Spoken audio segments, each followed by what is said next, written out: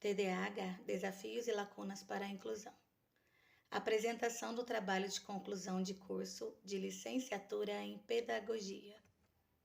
Integrantes: Adriana Santilha de Paula Lemos, Daniela Uzelin Romanin Ferreira Munhoz, Daniel Zacarias Pilate, Dijane Carvalho da Silva, Josiana Rocha do Monte Marassi, Juliana dos Santos Silva, Maria Natália Ferreira de Andrade, Raquel Cristina Werner Pereira Martins. Orientador: Leonardo Paes Niero. Polos: Cruzeiro, Jacareí, Piquete e Presidente Prudente.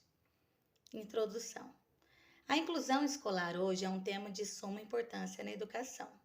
A escola está mobilizada em melhor atender os sujeitos atípicos que têm muita visibilidade nas salas de aula, sendo por muitas vezes o principal assunto nas pautas de reunião de professores, coordenação pedagógica e gestores. Embora ainda seja um tema com muita defasagem na área pedagógica escolar, a Organização Mundial da Saúde, a OMS, reconhece o TDAH como transtorno mental e oferece diretrizes para diagnóstico e tratamento. Nosso trabalho tem por finalidade analisar e discutir a inclusão escolar dos estudantes diagnosticados com TDAH nas escolas públicas, sabendo que o processo de inclusão desses estudantes é contraditório, tendo importantes avanços e vários obstáculos a serem superados. Este trabalho pretende discutir essa contrariedade em que as políticas formuladas ainda não foram capazes de suprir as necessidades dos estudantes laudados com TDAH. Para falarmos sobre os desafios e as lacunas da inclusão do TDAH, é necessário entendermos o termo, suas definições e conceitos. O termo do TDAH começou a ser discutido no século XX, em 1902, pelo médico pediatra inglês George Still. Still, ao analisar o comportamento de crianças, via nelas um defeito do controle moral, ou seja, ele percebia dificuldade nas crianças em controlar seus comportamentos, mesmo não havendo uma deficiência intelectual. Com o passar dos anos, alguns manuais, como o DSM-5, o CID-10 e o CID-11, versão logo revisada em português, veem o TDAH como um transtorno ou um distúrbio do neurodesenvolvimento. Eles trazem sua descrição e caracterização. Autores como Fabrício falam que a condição do TDAH é de origem neurológica e que também tem influências tanto psicológicas como emocionais. Como podemos ver aqui no quadro a seguir, estamos falando sobre a evolução da nomenclatura do TDAH, do DSM. A partir de 1994, com a revisão da edição 4, a gente pode ver que começa a ser mais caracterizado, e aí são colocadas aí as características de predominância ou combinação dos sintomas.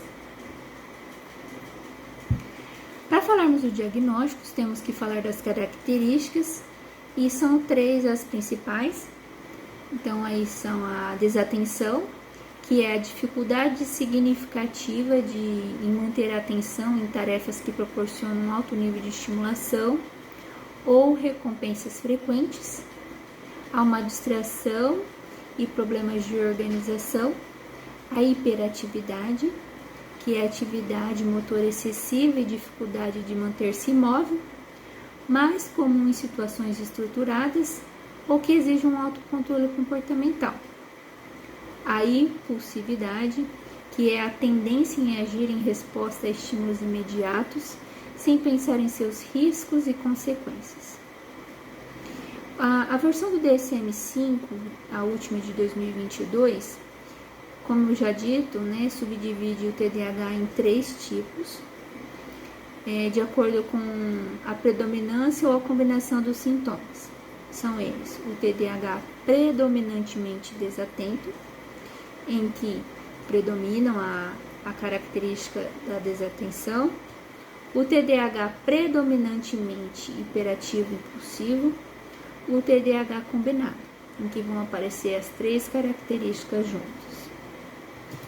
Ainda algumas considerações que devemos fazer sobre o diagnóstico é que a variedade dos laudos são aqueles realizados por profissionais da saúde, como médicos, psiquiatra ou neurologista.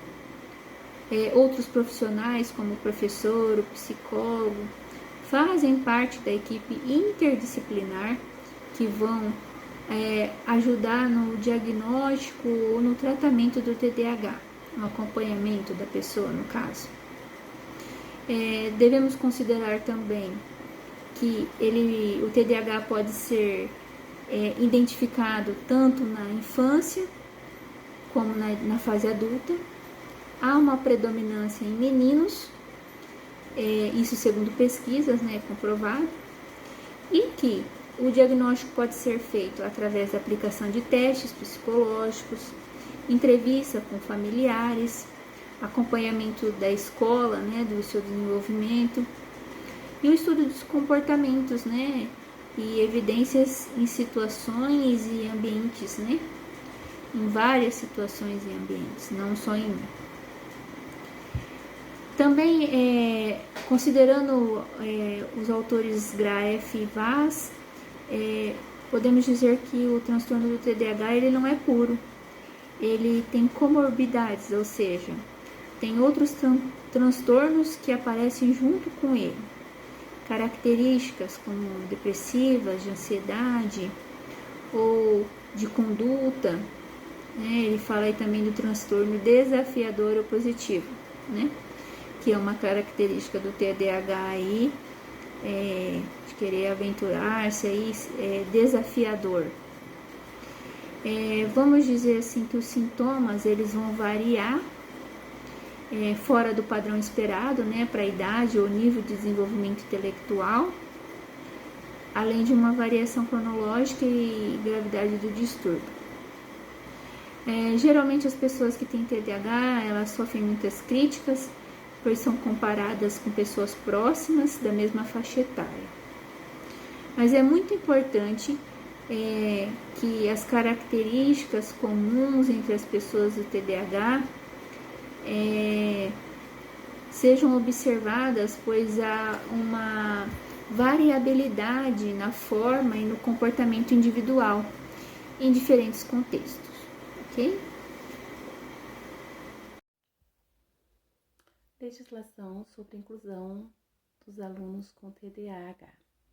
A Constituição Federal de 1988, um dos seus pilares fundamentais é o princípio da igualdade, que tem como objetivo garantir que todos os cidadãos sejam tratados de maneira igualitária perante a lei.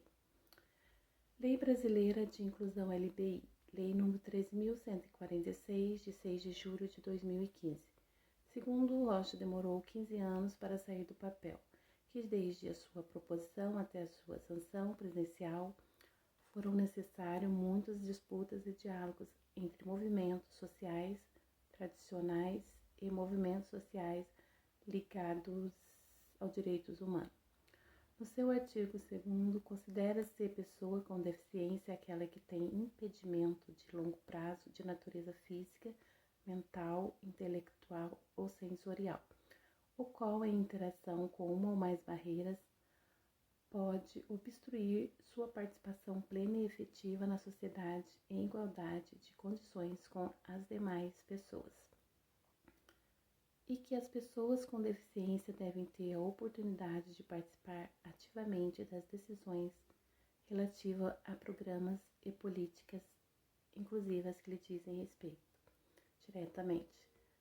A Lei número 14.254, de 30 de novembro de 2021, diz que o poder público deve desenvolver e manter programas de acompanhamento integral para os educandos com dislexia e transtorno de déficit de atenção, TDAH, e outros transtornos de aprendizagem. Também que as escolas devem assegurar aos alunos com TDAH e dislexia acesso aos recursos didáticos adequados ao desenvolvimento de sua aprendizagem. E também que o sistema de ensino garanta aos professores formação própria sobre a identificação e abordagem pedagógica. Ou seja, os professores deverão serem treinados, precisam de conhecimento e informação adequada para capacitá-los na identificação precoce dos sinais relacionados ao transtorno de déficit de atenção. A Associação Brasileira de Déficit de Atenção diz que deve haver uma regulamentação sobre a lei perante a responsabilidade e coordenação dos Ministérios da Saúde e da Educação. A lei determina que as áreas técnicas dos ministérios elaborem ações, programas para possibilitar a implementação da lei nos estados e municípios, desenvolvendo um plano de acompanhamento integral para as crianças e os jovens com transtorno específico de aprendizagem, TDAH na educação básica. Lei número 17.465, de 3 de dezembro de 2021, dispõe sobre a criação de programas de diagnósticos e apoios aos alunos com TDAH. Autoriza o governo de São Paulo a implantar esses programas nas escolas estaduais. Esses educandos não são público-alvos da educação especial e por isso existe uma lacuna entre a necessidade de suporte educacional decorrente do quadro diagnóstico e o que é oferecido dentro das escolas. Mas com a Lei Federal 14.254, de 30 de novembro de 2021, que está em vigor, prevê o apoio educacional para os alunos com TDAH, dislexia ou transtorno de aprendizagem. O capítulo 3 do presente trabalho fala sobre o atendimento educacional especializado, que é um serviço da educação especial que identifica, elabora e organiza recursos pedagógicos e de acessibilidade que eliminem as barreiras para a plena participação dos alunos, considerando suas necessidades específicas. O ensino oferecido no atendimento educacional especializado é necessariamente diferente do ensino escolar e não pode caracterizar-se como espaço de reforço escolar ou complementação das atividades escolares. São exemplos práticos de atendimento educacional especializado, o ensino da língua brasileira de sinais, Libras, e do código Braille, a introdução e formação do aluno na utilização de recursos de tecnologia assistiva, bem como a comunicação alternativa e os recursos de acessibilidade ao computador, a orientação e mobilidade, a preparação e disponibilização ao aluno de material pedagógico acessível, entre outros. Infelizmente, as maiores e mais importantes barreiras estão muitas vezes na falta de conhecimentos de recursos, na falta de conhecimentos de recursos tecnológicos e na não aplicação da legislação vigente, bem como na forma como a sociedade está organizada, de forma a ignorar as diferentes demandas de sua população.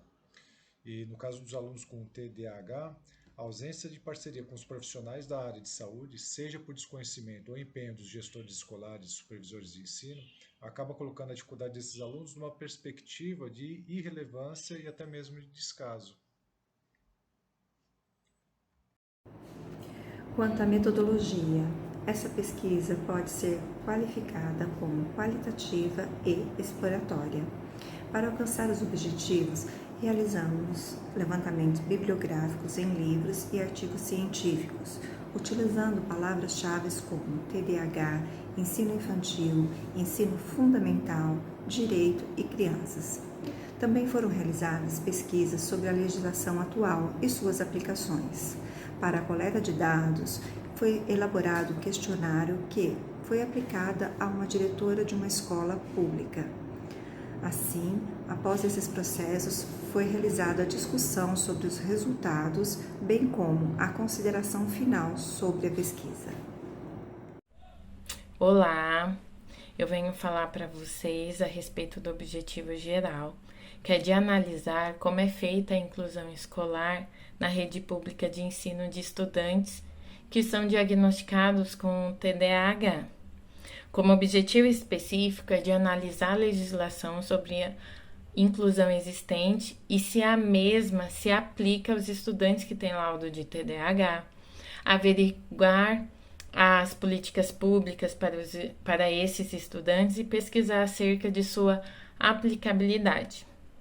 entrevistar gestores acerca das dificuldades encontradas no ensino-aprendizagem desses estudantes e discutir e apresentar os dados encontrados em pesquisas bibliográficas acerca da inclusão nas escolas dos estudantes com TDAH. Boa noite a todos. Meu nome é Maria Natália Ferreira de Andrade. Eu vou estar apresentando para vocês os resultados e discussões do nosso TCC. E primeiramente foi feita uma entrevista com uma gestora da Rede Municipal de Ensino de Piquete, que é também a minha cidade, onde eu também atuo na Rede Municipal de Ensino. E a primeira pergunta girou em torno sobre qual era a formação dessa gestora, ao que ela respondeu que ela é formada em matemática, primeiramente, e depois ela fez pedagogia, pós-graduação em gestão escolar, e terminou recentemente o mestrado dela pela Unital em inclusão escolar. Por isso, decidimos entrevistá-la. Quais disciplinas ela já tinha ministrado em sala de aula, e ela só tinha ministrado matemática no Colégio Objetivo, ficou um bom tempo sem dar aula, porque o Antônio João é a maior escola do nosso município. Quando ela assumiu a direção, ela ficou 20 anos somente como diretora da escola, para depois estar voltando a dar aulas na rede estadual de ensino, dando aulas à noite para o EJA, no município de Cachoeira Paulista, que é um município vizinho nosso. A terceira questão foi perguntado para ela qual a importância da inclusão escolar como gestora e educadora, ao que ela respondeu que a inclusão é tudo, que no Antônio João hoje ela tem casos de autismo, de síndrome de Down, de TDAH, e a escola dela foi pioneira em atender essas crianças com necessidades específicas no nosso município. Ela chegou em um período grande até a atender a rede municipal inteirinha de casos de necessidades específicas. Somente o Antônio João possuía uma sala de recursos e um professor de AEE. E aí depois disso a rede foi crescendo, cresceu bastante. E aí hoje ela atende somente 2 escolas. O Antônio João é uma escola de ensino fundamental, ao que o professor de AEE atende os alunos dali. E atende também os alunos da Maria Odaísa da Costa Frota, que é uma outra escola que a gente tem no nosso município, que atende apenas ensino infantil.